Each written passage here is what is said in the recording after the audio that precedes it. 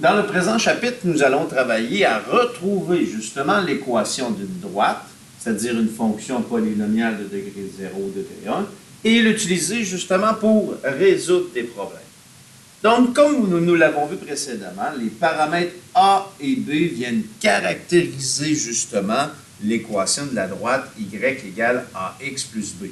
Le taux de variation et l'ordonnée à l'origine ou valeur initiale viennent donner la position de la droite dans le plan cartésien, comme on l'a vu précédemment.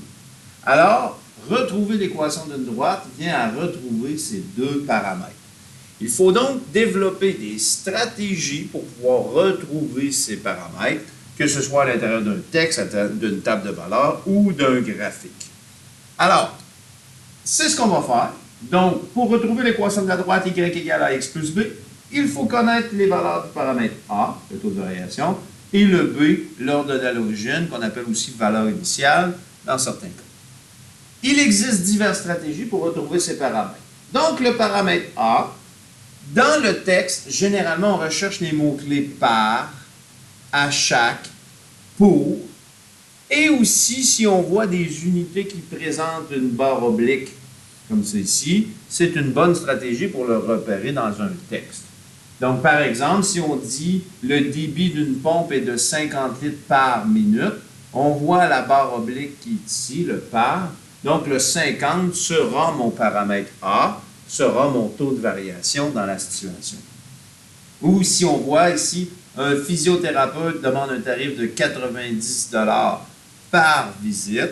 Encore une fois, le mot-clé par nous permet d'identifier qu'il s'agit d'un taux de variation.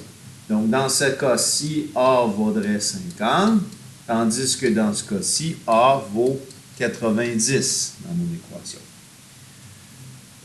Lorsque on présente une table de valeurs, un graphique ou un texte où le taux de variation n'est pas explicitement donné, donc on ne voit pas ça ici, on n'aura pas le choix de repérer deux couples, XA, YA et X2, Y2, et calculer le taux de variation à l'aide de la formule suivante, la formule qui est donnée ici, variation du Y sur variation du X, qu'on a déjà utilisé précédemment, Y2 moins Y1, X2 moins X1. Donc, par calcul, on obtiendra notre taux de variation. Pour ce qui est du paramètre B, l'ordonnée à l'origine ou la valeur initiale, dans le texte, généralement, on cherche les mots-clés au départ, au début, de base, salaire de base, valeur initiale. Ce sont des mots-clés qui permettent de retrouver dans un texte.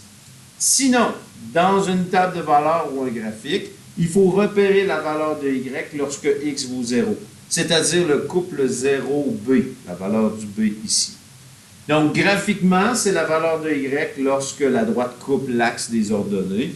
Donc, ici, la valeur du B à l'endroit où ça coupe sur l'axe des Y ici. Sinon, dans la table de valeurs, on repère justement le couple 0 et la valeur 0B et la valeur du Y ici à cet endroit-là. C'est l'ordonnée à l'origine, la valeur initiale, le paramètre B dans mon équation. Si la valeur initiale ne peut être trouvée par les stratégies précédentes, donc si on ne peut pas le voir graphiquement dans la table de valeurs ou dans le texte, on développera ce qu'on appelle la méthode algébrique. On l'illustrera dans les exemples qui vont suivre. C'est-à-dire, dans l'équation Y égale à X plus B, on commence par trouver notre taux et le remplacer dans l'équation. On remplace X et Y par les valeurs d'un point de la droite. Et ensuite, on isole le B pour retrouver justement l'ordonnée à l'origine. Donc, la méthode algébrique sera présentée dans les exemples qui vont suivre. Donc, ici, ce sont les stratégies qu'on va déployer dans ce chapitre et vous verrez dans les prochains exemples comment on peut les appliquer.